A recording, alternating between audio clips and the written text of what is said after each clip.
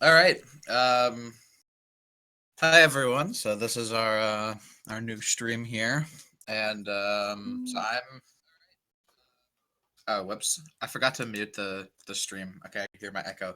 Okay, so I don't know. Does everyone want to introduce themselves? I'm Sax Panther of.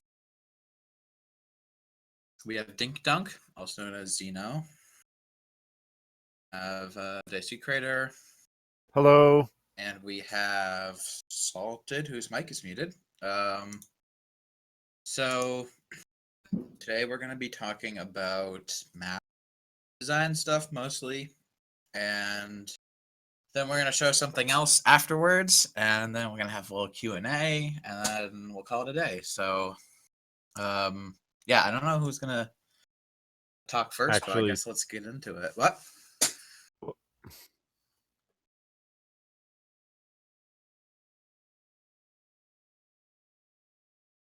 Oh, we said we were going to start at 1.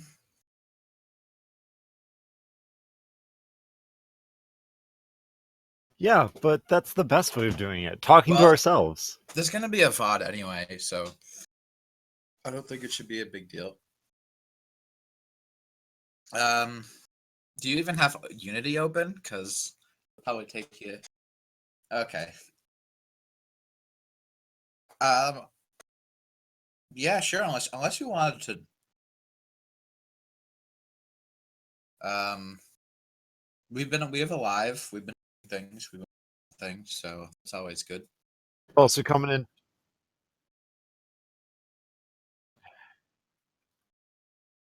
Hold on. I'm just making sure that. Oh, God damn it. I'm resetting my password. God damn it. So I can. But what? There we go. I am now on Twitch. I'll be able to talk into chat. No, go I away, just DreamHack. I just realized that I'd been muted on OBS. Lol. What's up?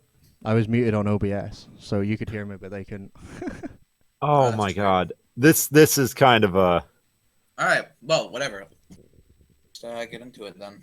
Yep. You got the map open and everything. So I'm waiting for the because I'm watching this via the stream myself for Go being able to watch look it at on the the map. Hangouts. watch it on the Google Hangout. We have a Google Hangout. When did you? Yeah, it's Mm, on. It's in Have the you chat. been here, or have you just been playing Downfall or whatever?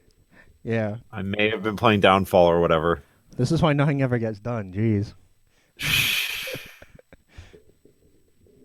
Okay, well, I mean, So here we see we have Lenny's in their optimal habitat. obviously we're not going to have a green pointer on a green background once we have things running. Um, However, what we probably want to show is the map as a whole rather than just the little area where the Lennies are. But that does show we do have characters moving around. It's exciting. These are obviously not any of our finalized characters, however.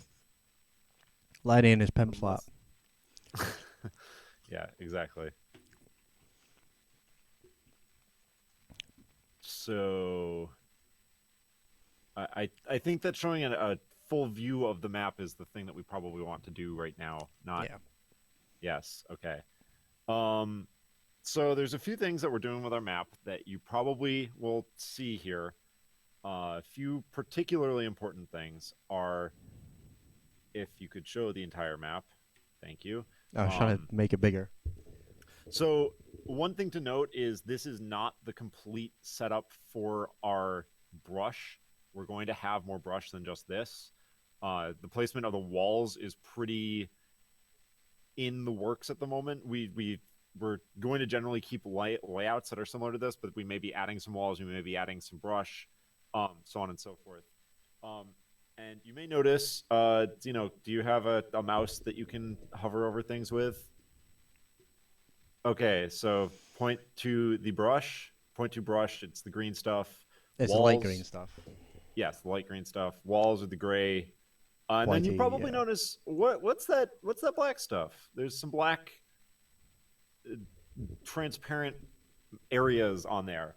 Well, that is one of the first big things that we're doing that's a bit different is while we were working on designing our map, we were looking at the way that you have walls. You have you in traditional MOBAs you have two different types of walls per se. You have standard walls which are able to block vision and able to block movement, and you have brush which blocks vision but not movement. So we said, well, what about the third type of wall? What about a wall that blocks movement but not vision? And the big thing that can do, as you can see, the placements that we have for them are primarily around objectives. There's some near each of the wells and then some near the parasite monster that we're going to have. It's not going to be parasite exactly, but it'll be similar in design. So we wanted to create these types of walls because they give you a little bit more protected capturing of the areas that are being grabbed, as they give you vision of anything that's coming in towards you without allowing movement towards you, which gives you a little bit more safety to be able to rain attacks down. As you probably notice, the way that we have the way that we have our base walls set up right now is there's actually 3 exits so that you can more quickly get to the inner wells, which I will get to in just a moment. And in order to make it so that it's not just a straight shot out and just there you go, you're at the well, ta-da, we put a chasm there so that you can see over the wall into the well area, and you can more easily plan your course of attack. But at the same time, you can't get directly there, and the enemy team can see that you're going towards that area so they can be prepared to defend against it. It makes it a little bit easier to cap that point, because as you would expect, if that wasn't set up in a way similar to that, it would be almost impossible to capture because it's so close to the base. And I think that's where we want to go into our well placement as a pretty big standard standpoint of what's different.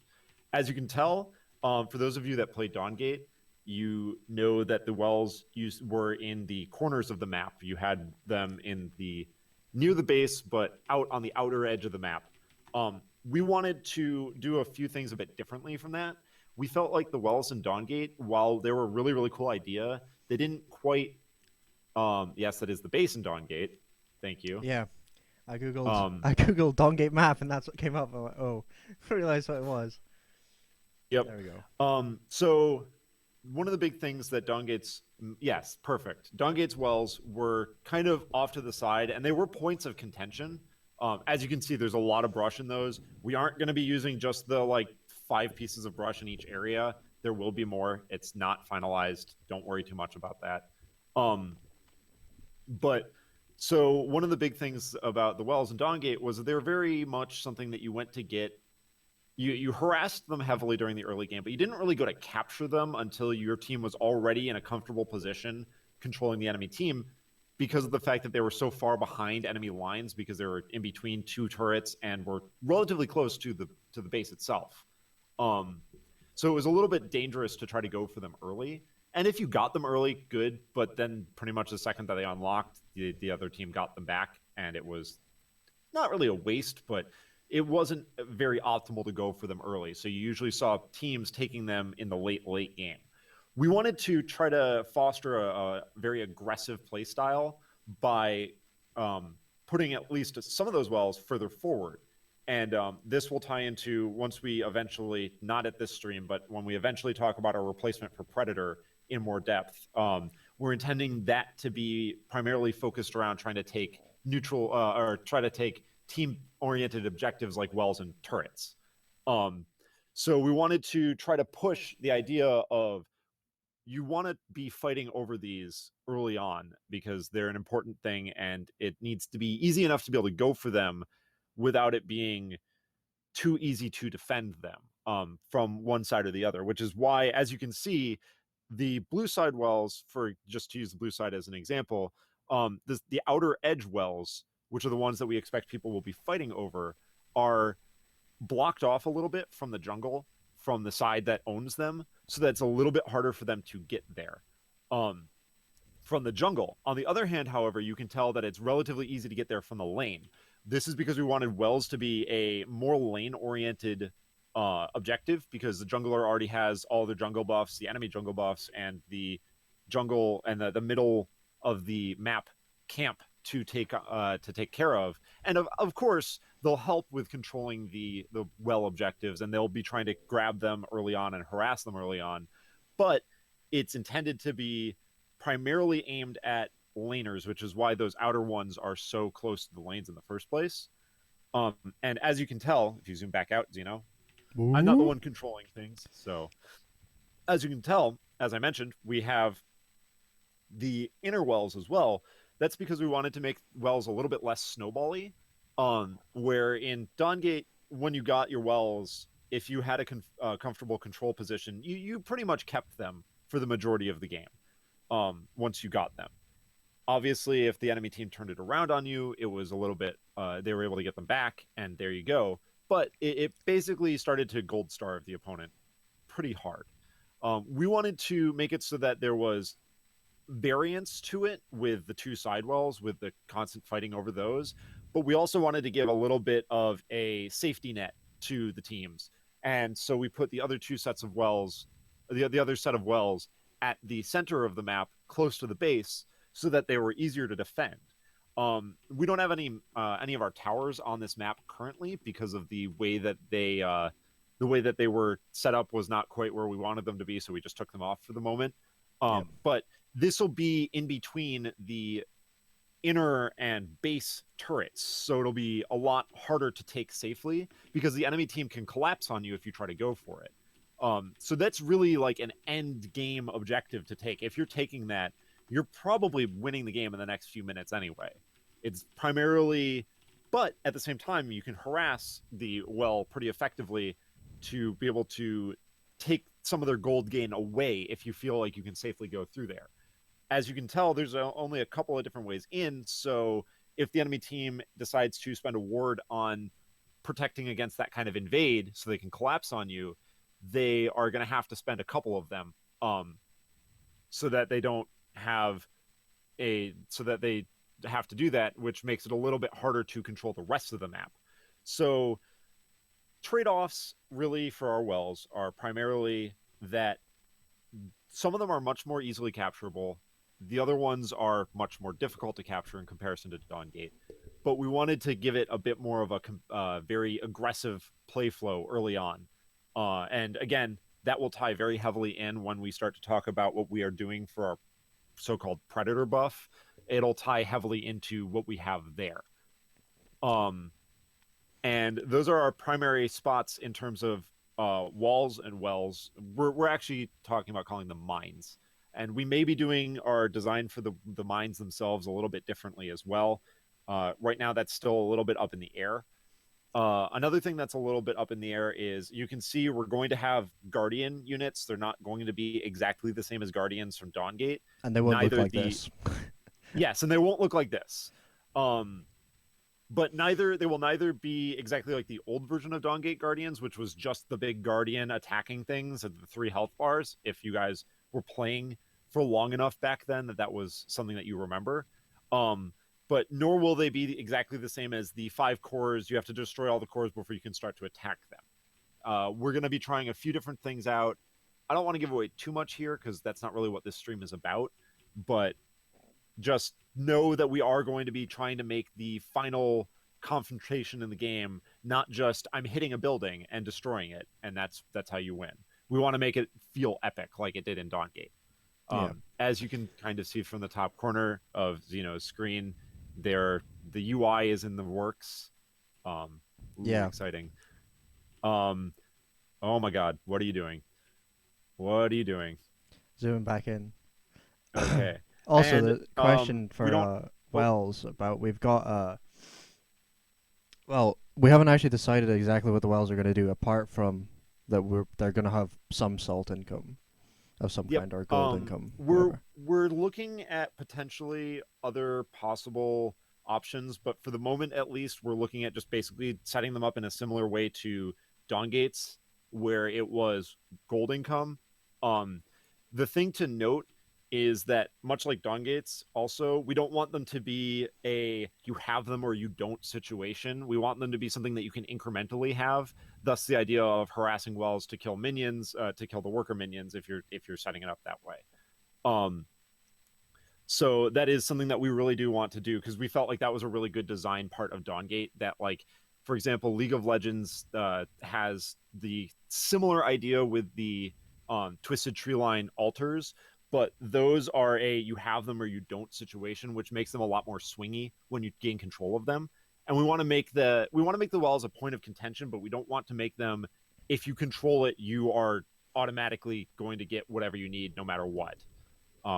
Because it makes it a little bit harder to balance that kind of situation out. Yeah. So whatever they do, they'll probably ramp up in either production or in something else, whatever we decide to do. Yep. There are a couple other things that we've talked about doing that we're currently not considering at this point, but we may decide to test at a later point if we feel like we want to try other stuff, such as having the well minions, the well workers, the miners, be related to getting your super minions, much how like Dawngate did the parasite as the way that you got the super minions once you captured a third level parasite. We were talking about potentially setting up our mines in such a way that you build up a bar, and when you get to the full bar, you get, wave of super minions. Unlikely that we're going to do that, but it's something we have discussed, and it's something that we may try if we decide we want to try something different for the wells. I hope that that answers your question to at least some extent. Mm-hmm. But, and then of course we are planning, there's nothing there right now because we haven't worked on it very heavily, but we are planning on having a central monster to the map that is our parasite. One of the things that we're looking at doing differently, however, from the way that parasite was set up, is we want to make the evolution levels of it, because we are going to be doing evolutions kind of thing. It's not going to be a parasite, so it's not going to literally evolve, but we want to do that kind of different stages to it based on, we're going to be testing it based on average level of the characters in the game rather than on the amount of time in the game. So if everybody is leveling very quickly, it gives a chance to get a earlier game end parasite that can just create the game, the end of the game. Yeah. And it helps it keep it relevant as well. Yes, and that will keep it more relevant at scaling at the points where it needs to be. The other part of that is also that in having it evolve based on level, it makes it so that if you have one team that's stomping pretty hard, it gives the other team a bit more of a chance of comeback, because the parasite will be easier to fight rather than 25 minutes in, your parasite was the third version, which made it very much if you are not able to fight against the enemy team and parasite at the same time, you're not going for parasite unless you can sneak it, which made it very difficult to take if you were behind. Whereas if we set it up based on the average level for how it evolves, it can be a bit more of this team is down enough that the average level isn't high enough for it to be at its third rank yet, even though it's 25, 30 minutes into the game, which makes it easier for them to take it because it's a bit safer and a bit less game ending if the enemy team takes it in that situation. And then of course we are going to have, as you can tell, we have 3 different sections of the jungle, much like Dawngate did. Separated by 2 lanes. In each of those sections. Yep, of course, separated by 2 lanes. We thought that it was a very well designed setup because it gave a very good flow to the jungle. And it was fun. And yeah, no, it's fun to have 3 different buffs because it's fun to have that kind of power that you get out of it. And so we are doing something similar. We are planning on having 3 different buffs. We're planning on having a offensive power oriented buff, a more middle of the road haste oriented buff, and a defensive buff. We're not certain if we're going to set them up in the same way that Dawngate did, with flat power, percent power, haste on casts, and then no, the percent DR as you go into a fight longer. We're actually probably going to try to do something different rather than just straight up copying those for a few different reasons. One being that we felt like the end game power level of some of the buffs were a little bit less useful for characters other than a few specific characters. So we want to try to make them a bit more notable in the late game.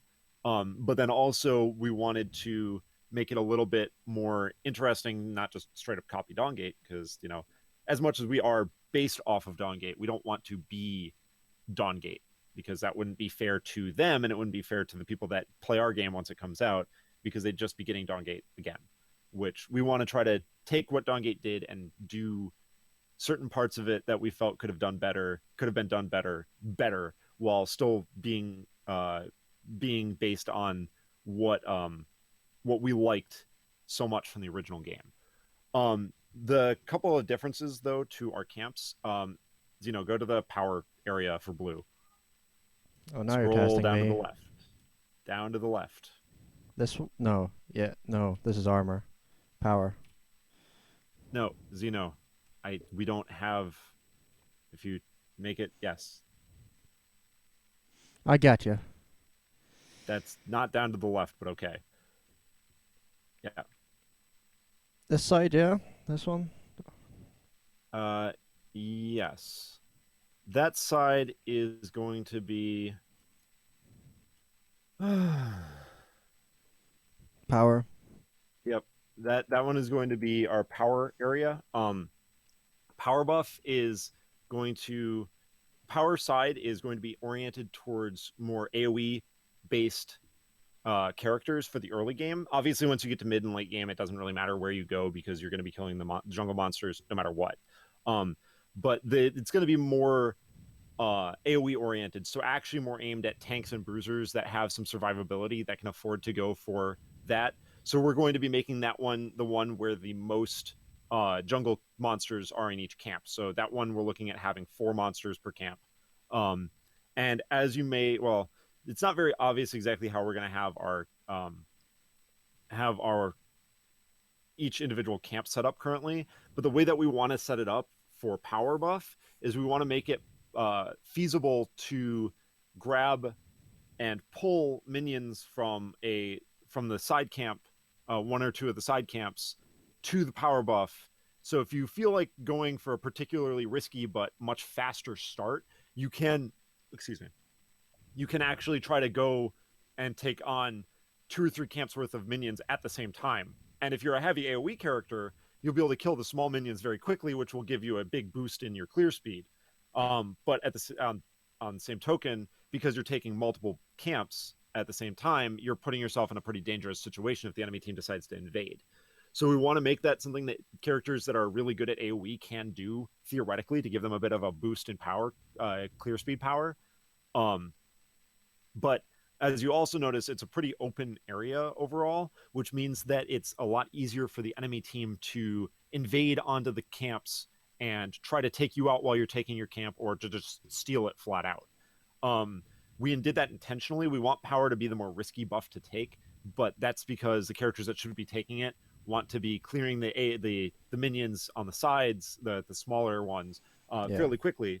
So again, we kind of talked about the other thing with power was that if we were, I'm not sure if we ever came to a conclusion on this, but we were talking about having it so the camps attack you when you attack power to have to force you to clear it first. Whether or not that's actually going to be. That's not something that we had decided on. That's possibly something we would do, but again, I think that we were looking more into we're looking more into the camp pulling if you wanted to do it that way. Yeah. We don't want to force people to do it, but yeah, makes if sense. they can do it effectively, then they should.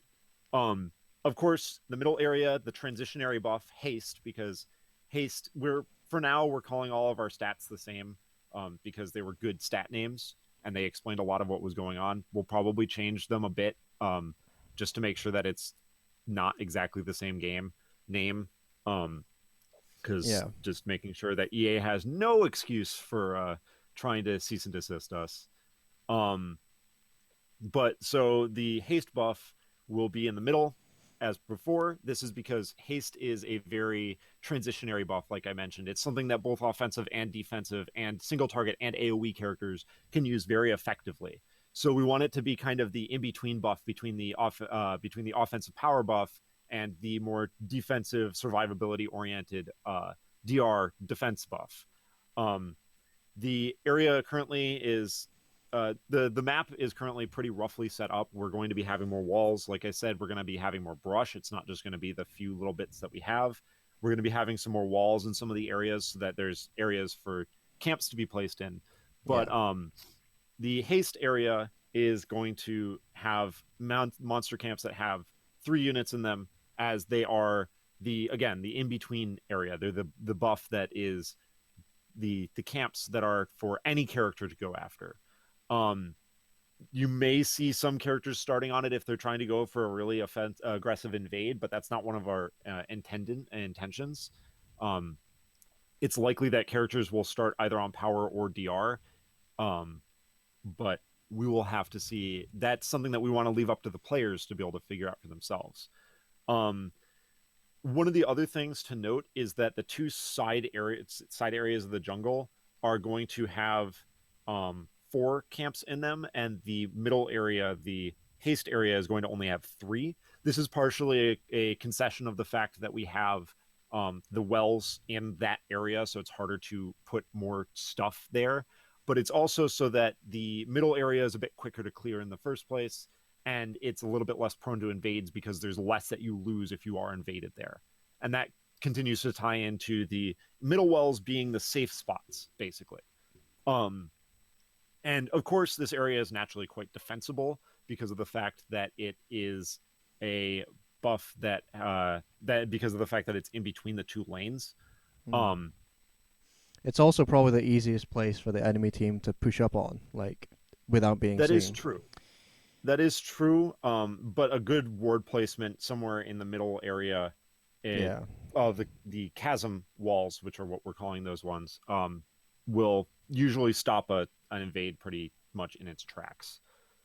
Finally, we have our defense buff. Again, and then the defense buff area. Again, the walls are not finalized for their placement. We want to try to... Yes, we know. We want to try to make things a little bit more windy in this part of the jungle. It's going to be a little bit harder to aggress on because of the fact that there's fewer total ways into this specific part. And because of that, it becomes a bit easier to take safely. This is, again, to continue to roll into the idea of this is the buff that's going to be the one that's the least minions to it. So only going to have 2 is what we're going to start testing with. And the minions in these camps will be moderate damage oriented, but they're going to be hard to take down with a lot of AoE damage, but relatively easier if you have a lot of single target damage. That is to encourage duelists to start on this buff, as dueling characters tend to want to get some kind of sustain in the jungle if they don't have any, which a lot of them probably won't. And that is the setup for our buffs. We are also going to have our own version of the Money Pigs monster. For those of you who didn't play Dawngate, Money Pigs was a creature that had a lot of money to it and some relatively high experience. I know, surprise, a lot of money. A lot of money. But they were kind of more contestable spot. And we're aiming to do something similar ourselves. And basically we're looking at making those kind of mini raid boss almost set up. They will not be quite nearly as strong as like even first level Parasite, but they will require some amount of foresight in terms of how you're going to fight it, and they're going to have some special abilities to make it a little bit harder to fight them overall. And I think that that's the main things that we wanted to talk about in terms of the map itself here. That's everything, is it? We have My phone's going crazy. So yeah, we've got pretty much the very basics down for characters if the map's finished. Discussion that is. Let's see. Yeah. Yeah, I would just like to reiterate again, the map is still in a very rough place. It's not nearly done.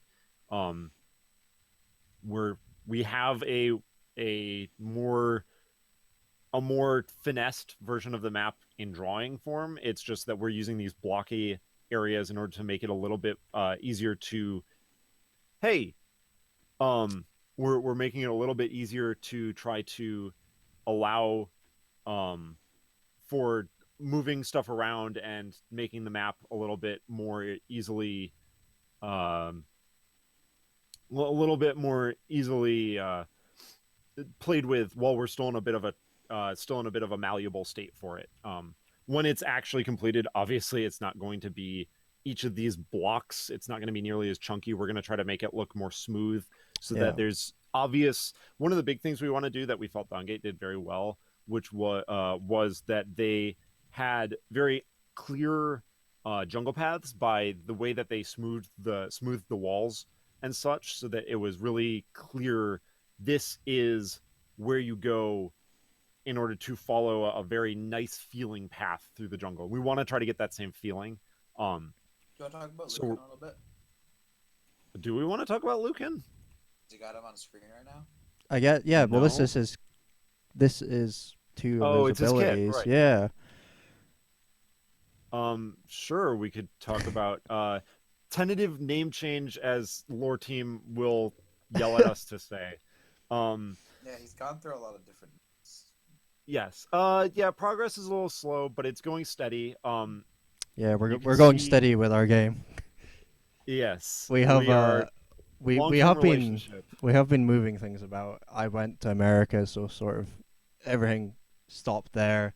There's a lot 'cause of that guy like got to go to PAX. yeah, son. I went in So Yep. How big? We have about 20 About people. 20. About Yeah. about 20 people that are active. Pretty much most of the time. The smallest teams are probably the music team, which is pretty much salted. We have another member of the sound design team. Noise is part of that team. If you have seen him on this subreddit at all. But then the unfortunately smallest team that we have currently is definitely programming. yeah, Everything that you see here was pretty much done by one person. Our programmer Null Data, who it's insane. he's crazy. Like he's crazy good at, oh my god, he did so much by himself. It's impressive. The only problem is that none of us are full time, because if we had if we could afford to work on this full time, we would. Yeah. We would get a lot more That- done. Yes. But That sort of answers your question as well. For an indie company, 20 people are quite large. We are quite large, Yeah. but that's because not everyone's working on it all the time. Like, Yeah, no, we have a great programmer, and he's He'll be flushing currently just in now. finals for school, so he's going to be a little bit busy for the next few weeks, so we're probably not going to get a lot of the programming stuff done. But like, we're almost at the point. done after next week, didn't he say? He said next week or next 2 weeks. It's Okay. within a couple of weeks though. But like one of the big things about that is just that we are going to be making it so that the kits are able to be scripted up, so that Salted and I both have a fair amount of experience with programming, but neither of us have a lot of engine programming experience. Salted, can you confirm that that's the case? I know that I don't have a lot. But so we are able to do scripting pretty easily. So we are going to be scripting up the character kits once we have that code set up, which will make things go a lot faster, because we'll be able to make the characters with 3 people or 2 people with me and Salted, instead of just one person doing everything themselves. And that will allow more time for Null to focus on the game engine, like the Fog of War and all of that stuff. But yeah, no, what he's gotten done so far is just crazy. yeah. Oh, fine. Then you should be making this. Yeah. No, Yeah, so once you're we get all the scripting stuff set up, we'll be able to implement kits really quickly. The only problem with them will be, actually creating the models and animations and everything. Yep. Which our the modeling and art team have been doing a great job with that stuff. Next time we show off a character kit, which we're relatively close to being able to show one or two of them off. So certainly look forward to that sometime in the coming months. Not gonna be more specific than that because I have no idea how long it'll be before we really show it off. But basically the modeling team has been doing a great job of getting great models. The art team has been doing a great job with concept art for the characters. Lore team has been writing up a storm. So I'm really glad that we were able to get such a dedicated group of people, even if people aren't able to make it every time all the time. Yeah. It's just the thing of having a worldwide, literally a worldwide indie company. Yep. We have some people in west of US, some people in the east of US, some people in West Europe, some people in East Europe. Salted is already on both the design team and is the music team, so I can understand why she doesn't. Yeah. Okay. Unfortunately, having jobs, having school does kind of cut into our time to be able to work on this stuff. So once we get to a point where we feel like we can actually start to show off like an alpha that's playable for players, we're probably going to try to start to transition towards trying to get some money so that we can try to work on it more full time. Bop. Yeah. Yeah. But that's a ways. Definitely. So do you want to talk about what's being shown on screen over here? Sure, we can talk about Lucan. Let me just pull up the characters that I can actually his passive and his R are not implemented yet. But his What? QW. Yeah. This will be a learning experience because I haven't figured out what Z does yet. Oh, his E is one of the coolest things that we have on him. So okay, also I don't think his E has a cooldown right now. Yeah, well, that's just don't worry about that. And it So Lucan is going to be one of our initial 10. He's going to be one of our supports, in fact. He is a frontline support, which, as we have said many times on Reddit, the camera is probably going to be more of a standard camera. It's just a placeholder one. Yeah. Yep. Lucan. Oh my god, I keep forgetting this is behind. Name redacted. Yep. So he is a frontline support. As you can see, this is the majority of his kit on Catslug right now on just the literally stream. Just say what his QW and E does. Oh, fine. Are we not talking about his passive or his ultimate? Well, they're not in, so yeah, there's not much point. So but we need to talk about his passive to be able to talk about his other three abilities. Yeah. About the abilities right now. Go ahead and talk about everything, and then this will probably be a kit that we release later on. Yes. Like as an actual thing, like we did with Nebra. Yep. So we are making him one of our initial examples of a supplementary resource kit. And by that, I mean, he has a resource. We're calling it Faith currently. And it doesn't affect his ability to use his abilities. It's like Renzo's resource where it gives bonuses if you have enough of it to the next ability cast that you do. The way that he builds it up is simply by basic attacking enemies, more from forgers, less from non-forgers. And his passive is going to be similar to kind of not going to use examples terminology from other games. His passive is simply that basic attacking an enemy forger number of times consecutively will stun them for a short duration, and will have an internal cooldown as well. So it'll last for a few seconds, and and then he'll be able to do it again. One big thing to note, as I think we've mentioned a few times on the subreddit, we're looking at having hard CC, such as stuns, being fairly short in the first place. So his stun will probably be somewhere between 0.5 and 0.75 seconds.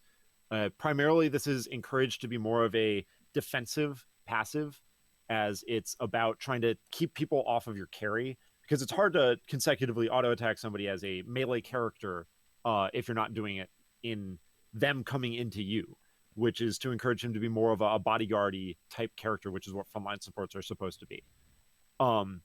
His Q is a point and click ability that causes the enemy to take damage, just flat damage, and with scaling from power, of course. And I it figured out how to slows do it. them. It slows them when they are moving towards your allied forgers. So the big idea behind this is continuing that idea of a frontline support that plays a protection game. He's trying to keep people off of the carries, but he's not really going to affect people that are not going for his team.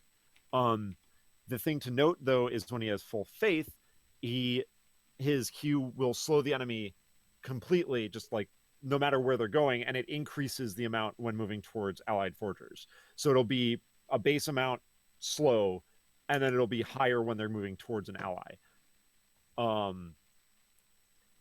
His W will be it's a simple AoE shield, gives himself and his allies a small to medium sized shield, which will scale with power. And his faith upgrade for that will grant armor and MR for the duration of the shield as well. So if the shield is destroyed, that'll go away. But that is, again, to encourage a very defensive near ally playstyle. Yeah. Oh, and that doesn't have a cooldown either, does it? Yeah, I just figured that out. The Q has a cooldown, but the E doesn't, so you can just like. Okay. So this is pretty straightforward ability. This kit is overall very simple. He has one skill shot on his ultimate. Otherwise, his abilities are all point and click or not even targeted at all. So one of the big things that I think we've mentioned a few times is that supports in our game are going to have power scaling on non-damage effects. So one of the big differences from the way Dawngate did it, however, is we're looking at making it so that our tanks have power scaling on CC and damage effects. We're looking at our supports getting power scaling on damage and non-CC utility. So the armor and MR bonus from the shield will be scaling based on power to a small amount for the W. But on the other hand, the slow from the Q will not be scaling on power because he's a frontline support and not a tank. Yep. The VODs will be available for this anyway if you are lagging Yes. out, and if not, if you go to Hitbox, there's another stream there that's the exact same as this one. Yeah, can you post the link? Who would be posting the link? I'll do it. It's just the screen's gonna go crazy whilst I move my mouse off screen. Okay. Oh, So Salted's on it. woo, salted. Yeah, heals, shields, armor, MR, other stat buffs, other stat debuffs, and actually his E is going to be another example of something that scales, which his E is a simple targeted ability that causes the enemy to take increased damage from Lucan's allies for a short duration. So that percent increased damage would also scale on power. Yeah. So that is something that is intended to kind of be a commander type of feeling, like he's supposed to be a attack that person type of thing, while he sits back and defends his allies. And the faith version of that will grant the ally a small burst of movement speed whenever they damage the targeted enemy, which will probably have power scaling. We haven't figured out the numbers for him quite yet in full. We've got some base numbers set up for him, however. But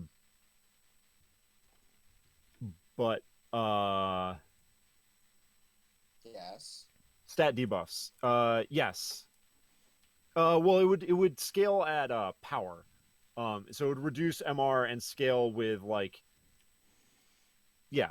So like say it would have it would reduce MR by 30 to start with, and then each additional 100 power you have would reduce it by an additional 10 MR. That's to encourage supports to still buy offensive stats because we want to give everybody the ability to buy any stat and feel at least like they aren't wasting their money on it. Which, if you look at like traditional MOBAs like League of Legends or Dota, you really have that situation where you don't want to buy this stat because it's just flat out never going to be worth it for your character for a lot of stats. And part of that for like League of Legends is because of the fact that it's split into two different types of damage, with the two different types of stats for those damage. But we really do want to make it so that any character can buy any stat and have a reason to buy that stat. Whereas the other 4 archetypes, the carries, the bruisers, the mages, and the assassins, all want power for the purposes of doing damage. Supports and tanks usually have less of an interest in damage, and they're more about utility in terms of supports and CC in terms of tanks. So we wanted to give them a reason to buy power as well, without it feeling like it was kind of partially wasted on them.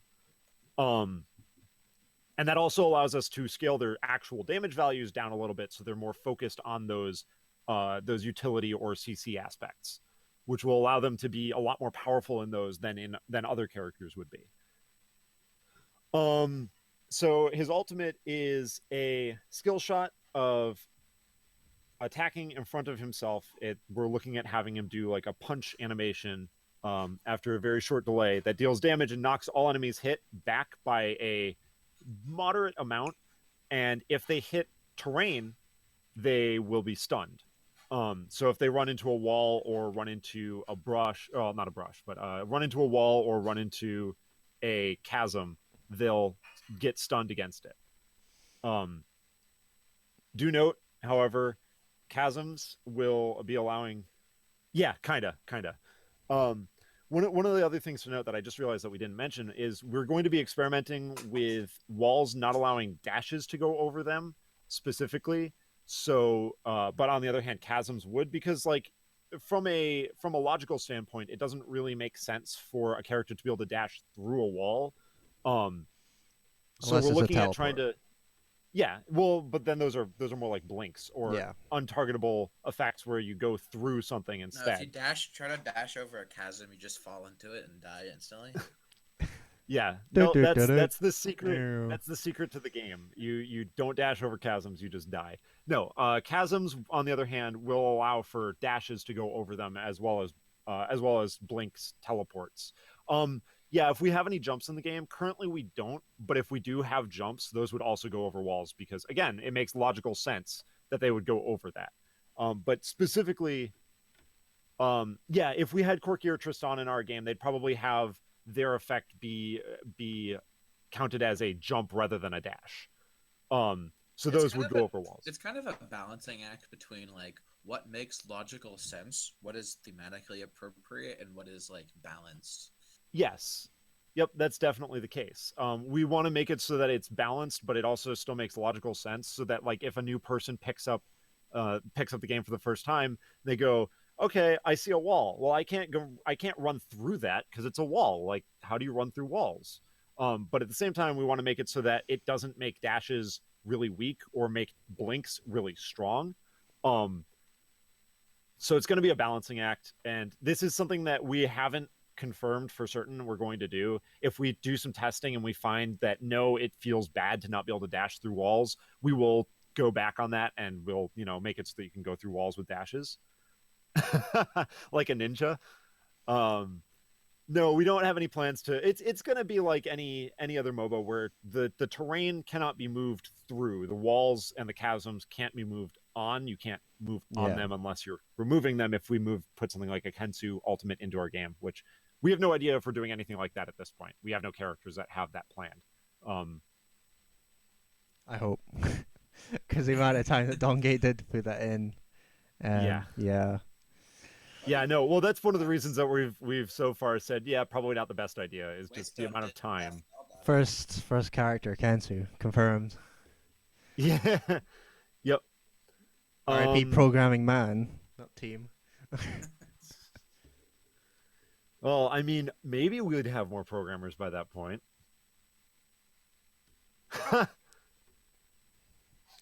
Yeah, we'll see. There's a lot of neat things going on that hasn't Okay, been shown so before. So have we've we covered everything about that? Now, do we want to talk about the last thing? The last thing. We've been almost. There's 10 minutes left. We've been almost an hour. yeah, that's probably about right. So we released Nibra, the art for Nibra, the concept sheet for Nibra, and the kit for Nibra. I can't even remember when. Her character model yet. A couple of months ago. So yeah, we haven't released the character model, so that's our next thing, and can actually confirm that Nibra has been completed. She hasn't been animated. She hasn't been like put into Unity itself, but the model is complete. Her, right? Yeah, that's probably going to be my task for the next either week or 2 weeks or something, depending on when I can actually grab the time. But Ted has done an amazing job on this. We'll probably link this into the subreddit as well, so you can all head over and have a look at it, because it's an amazing job he's managed to do. Pretty much this has been a combined effort for everyone on the modeling team. I think everyone has worked on this at some point or another. So, but Ted's done the final polish and the sculpting, at least parts of it, and the texturing in the end. So, yeah, we have some grayscale models and a wireframe at the bottom. So you sort of see what the game. This is probably going to be our benchmark for the rest of our characters that will look similar to this in some way. They will all be sort of set in the same stone, I guess. Same kind of Character-wise. slightly like very colorful, but still slightly realistic, kind of not like super cartoony in the style. Yeah.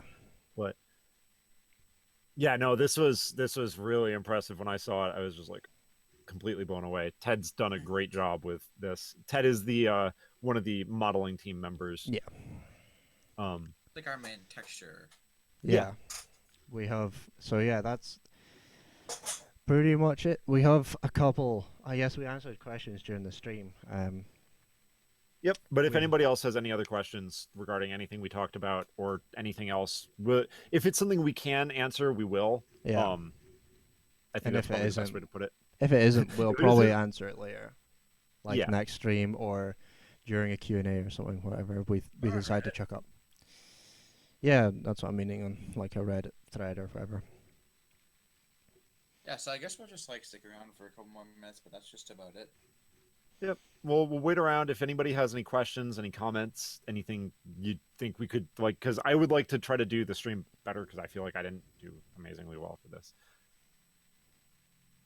Single player support? Well, wait, we have an idea single player support for our tutorial, but we had an idea if people are interested where we would release if we've got enough to play. So say we don't have the entire map done, we don't have all the characters done, we have enough for like a character and maybe the parasite. And as of the tutorial, we were planning, if people are interested in this, in releasing a snapshot of just a certain element of our game, which would hopefully be interesting enough to play on its own and raise hype, because at that point we probably wouldn't have the game in an alpha state yet. Right. And if you're talking a tutorial, yeah, we're gonna try to get a tutorial in there eventually. First we want to focus on the game itself being put out, but that is something that we do have aimed as a goal. That and we're already better than League of Legends, because we're planning on having a sandbox mode eventually too. Well, yeah, but League of Legends might come out with one before. Well, I mean, now that they don't have Riot Light there anymore, maybe. Let's not get into that. Nope. League of Legends stream. Guess one of the few streams on Twitch that isn't about League of Legends. Yeah. So awards will basically work the same way. Dongate. Yep. Yeah. No, we want wards to basically work in the same way that that they did in Dawngate, because Dawngate did a really good job of allowing a lot of map coverage with the wards, but without making the support have to spend a lot of money in them, which is one of the big issues with like Dota or League of Legends or most other MOBAs, the way that they do it. But one of the other things is that we are looking at, for a couple of characters, potentially doing some weird fun things with wards. Like how Ronin in Dawngate had the wards that could see through brush and over walls and stuff. Um, we're looking at trying to set it up so that it works, so that we have some wards that do unique things for certain characters as well. We're not looking at having specific ward types. It's just that certain characters may have special abilities that are based on their ward. Like Ronin's passive. Like Ronin's passive. Yep. Like for example, we have a character that I'm not gonna go into. Yeah, that's an example of a potential thing we could do as well. But like we have a character that we're looking at potentially doing, who is like a lantern kind of thing. Not going to go super in depth with the talk about it because it's still very rough in. But like an idea that we have is that the word for the character would be visible but would give off light, and the light would also the character himself would also give off light, and the light would interact with the passive, and so the word would basically be another place to put your passive down. So that's an example of something that we're looking at potentially doing with special ward related things. That character is still very early in design stage though, so that's probably not one that we're going to talk about for a while. Yes. But yeah, no, we do want wards to be something that everybody does their job of putting them down, not just the support, not just the person that doesn't have a lot of money. And also, of course, much like Dawngate, we're going to be trying to avoid the tactician type character not having money. We're going to be trying to keep them relatively on par, probably a little bit lower than the other roles. So, Yeah, that's a big thing for us, trying to make everything feel fair and nothing gets no certain role would get left behind. yeah, Per se. but at the same time, of course, you have to have the balancing act of certain roles should be making more money because of what they're doing and where or if they're where doing their it power well. comes in. That is our tagline: no role left behind. Confirmed. Yeah, that should be instead of break the meta, we should be no role left behind. That's actually pretty. That's actually pretty good.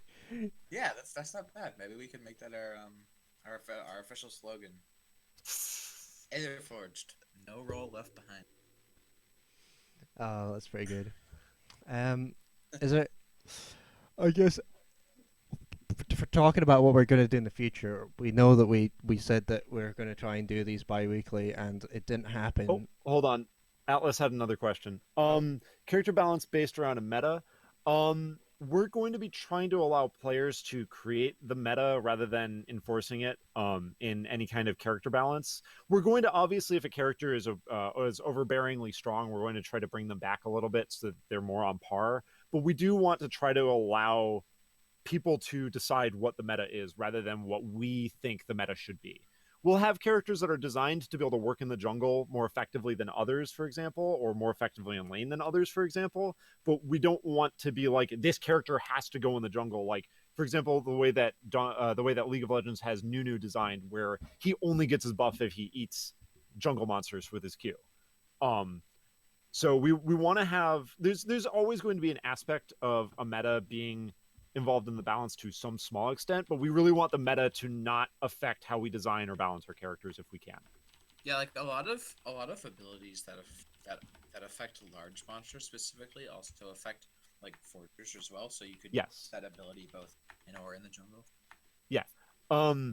And also Tree Frog, your question about puzzles for like the way that the spirit stone setup was. That's something that we are still in the process of working out. Right now, we're focusing primarily on actually getting the game itself running before we start worrying too much about the outside stuff. We do want to have some kind of outside, like, rune pages type of thing, but we also want to make it more... Yeah, something that affects the in-game stats, or more likely we're looking at trying to make it so that you so that you have special passives like what Dawngate did with those special spirit stones to be the main focus of it. But we do want to have something. We just haven't figured out how we want to set it up at this point. Well, we all Yeah. have different opinions about how we want it to go, so we have to try to find something that everyone agrees on. Yeah. I think the thing that everyone agrees on just now is that the way that League does it is not the best way. And Yeah. that's pretty much as far as we've got in that discussion. We've got a lot of other things to palette up before we can start thinking about that. Yeah, we want to get the game working before we worry about outside stuff. Once we do start worrying about that stuff, we'll probably do it in a similar way that Dawngate did their evolution of it. Well, we don't know yet. Well, what I mean by that, Sax, is that we'll start by having like preset. You can pick these, and if we decide we want to make it so it's something you can customize, we'll work on that. Yeah, that's fair. Masteries at least bring something interesting. Yeah, see, that's the thing. Like, well, my personal opinion is that Oh, here we go. Buckle what? up. What We're kidding. is that? Go right ahead. Like passive effects that change the way how you play are more interesting than just like straight stat bonuses, which are just like and we're definitely change looking at really. having passive effects in there. We may also have some. We may do it more like the way that Dawngate had theirs, where it was stats and passive effects, and you could choose which one you did.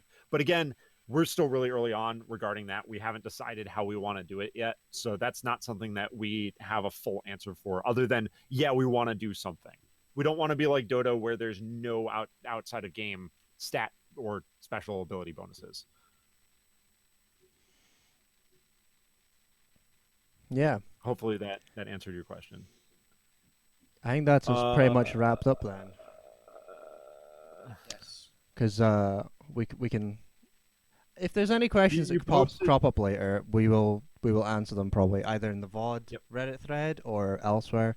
If you think of a question that you want answered on stream, then watch out for the next stream Reddit post. We are not sure whether or not we're going to be doing them every 2 weeks or not. We can't confirm. Just a warning. I just want to warning. None of you guys are probably at work right now. But that ArtStation link that just went up has the so-called tasteful nude of Nibra in it. So not safe for work for that. Oh, I guess I can link the final. That's the actual link to it. I just copied the link at the side. Yeah, that's a Guernsey link. Sorry, my bad. I mean, that is all really cool too. Like, I think it's okay to show it off. Just heads up, if you're looking at that, it is not safe for work. Yeah, I think that's the official stream over anyway. I think we're gonna hang around a little bit because Null Data is gonna join us. Frog had a question.